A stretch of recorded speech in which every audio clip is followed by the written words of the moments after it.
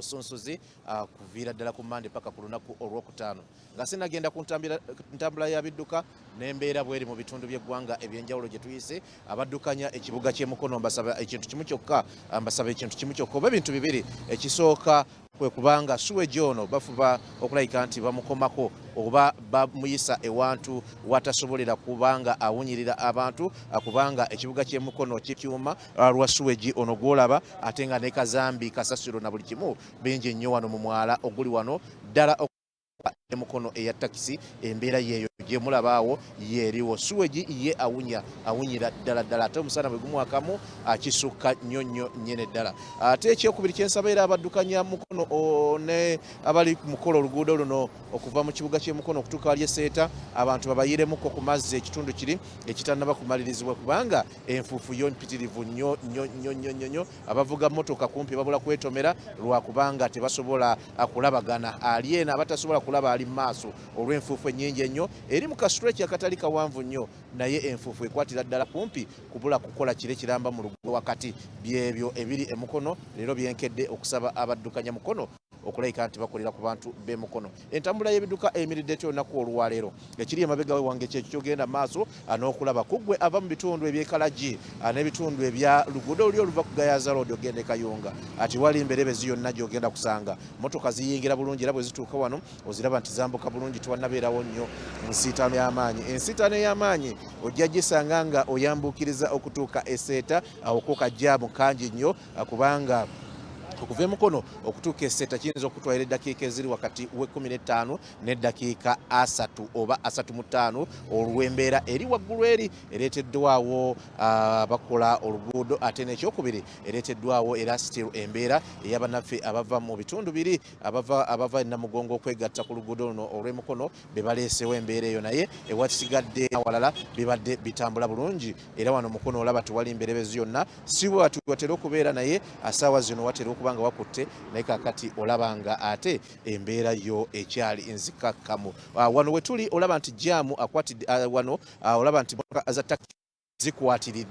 zikwatiridde naddala ezikwata oluguudo lw'Ejjinja zo zaafuluba paaka zikolera wabweru wa paaka era kyogenda maaso n'okulaba kubategeezako akatonotono gye tuyitidde yonna tetulina we twasanze kikwekweto mpozi maaso eyo bwe tunaatuukayo tujja kuba tulaba embeera eriyo naye tetulina we twasanze kikwekweto wadde nga bagambye nti bagenda bitandika olunaku olwaleero balabika bakyetegeka kubanga byetaagisaamu maani power waliwo ababeera ku kamera ezo batugambye nti kamera zikuba ebifaananyi bwe zikuba ebifaananyi ate ne biziweza bali ku nguudo nti eyo motoka enamba plate eyo erina ekipapula kyebangibwa ate bano nabo ne bakulindira we bakulindidde ne babanga bagenda maaso n'okukuwa ebipapula byo naye tekinabaawo eyo mabega gye tuvudde kiyinza okuba nga kitandika maaso eyo kubanga obuwumbi 8 poliisi egamba nti erina okubanga ebununula enaabununula etya kyekibuuzo buli munnayuganda kyeyeebuuza nti banaaziwa oba tebaziwe si batakisi bokka wadde abatakisi bagambye nti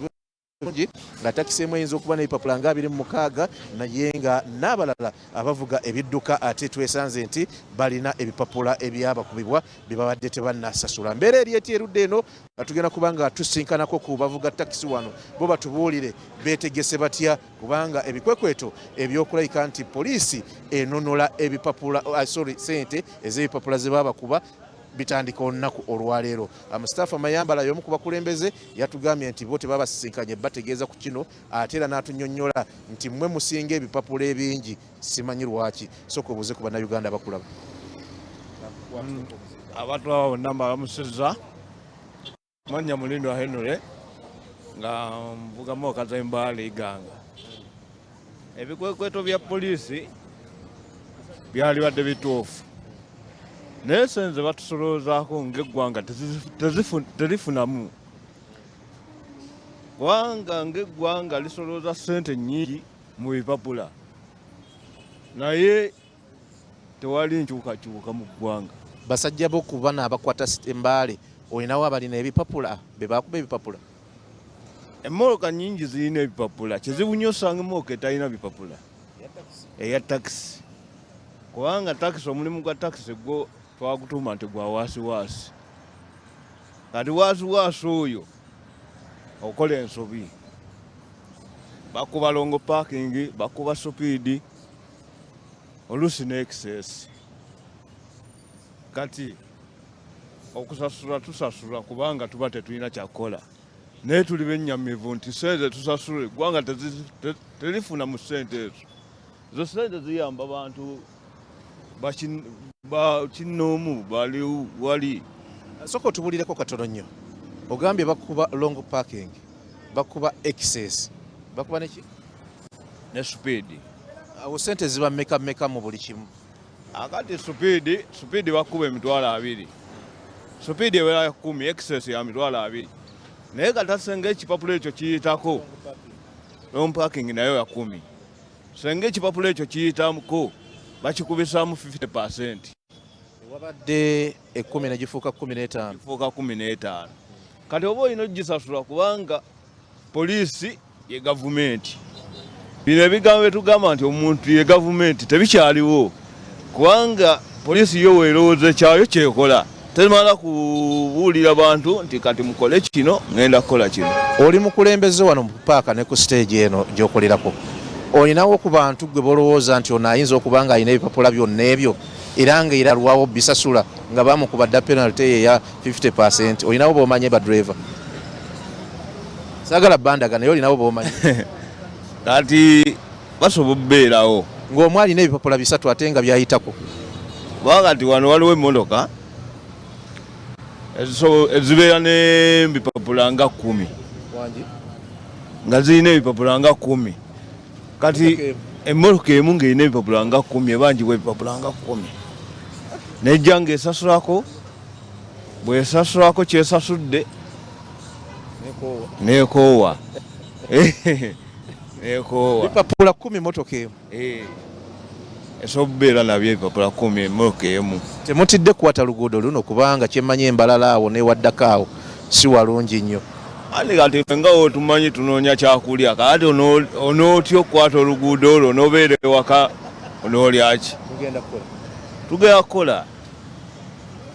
kukola kyetunaasanga ku kkubo kyetunaagenda nakyo. Tuyanzeege mukulembeze ku stage eno wetuli olaba takisi zisimbye wano kitegeeza nti bano bonna be mulaba beetegese okulabika nti bagenda maaso n'okukola nga mugenda maaso n'okubalaba naye atugambye nti ezimu ku takisi zino emu erina ebipapula ebisoba mu 10 takisi emu ebipapula ebisoba mu 10 kitegeeza ki nti ne bwebeera bubeezi na kipapula nga kya mitwalo 10 nga ekiri overdue kitegeeza abeera mukakadde nga kumpika mu kitundu takisi emu ate nga n'abasinga obungi bayinza okuba nga balina ebipapula ebisoba mu ssente ezo kitegeeza ki nti ebikwekweto ebitandika takisi eyinza okuba nga egenda kusasula obukadde nga 2 singa nga bibeera serious nti bibakwatira ddala olikiriya bitambula bitya mpola mpola yaleero ebikwekweto bitandika leero kituufu Nina bakubanja mmeka sonyiwa okuseka ebyennaku bisekerwa batugamba nga afudde siwo olinayo nga bimeka ninamu 5 bipapula 5 byakinaki ninamu bya parking ninamu ebya parking ne excess kakadde nga kala leero watambudde na mmeka zogenda okusasulako singa kiba kikulidde sirina nja kutambula Katonda yanamanya ekidaako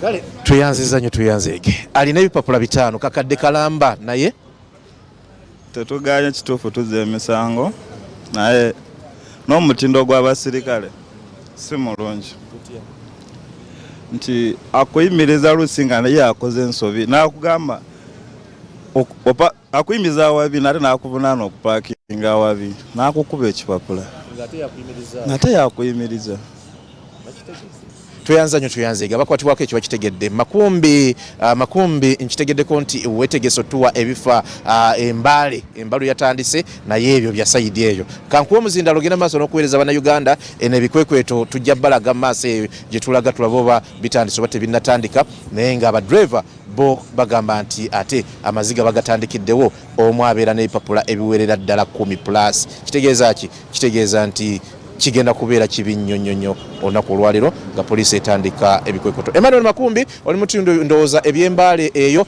katukuwe omwaganya n'omuzindaalo ate naawe otutuuseeko butya erudde eyo ebintu bwe bitambula. Makumbi omuzindaalo nkuwadde.